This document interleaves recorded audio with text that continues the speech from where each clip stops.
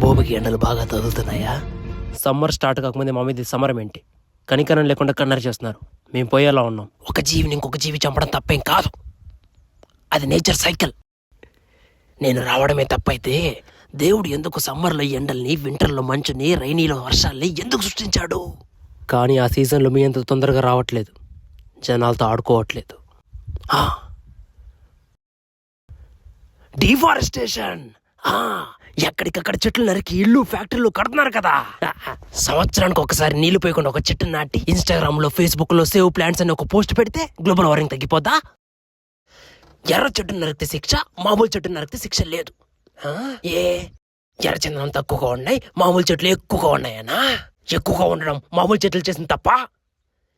ఈ భూమి మీద మామూలు చెట్ల కంటే ఎక్కువగా మనుషులున్నారు, వాళ్ళని చంపితే తప్పేంటి? లక్షల సంవత్సరాల కింద ఒకరిని ఎండకి చంపేస్తే మిగతా వాళ్ళందరూ ఇంట్లోకి వెళ్ళి విసన కర్రలు తయారు చేసుకున్నారు.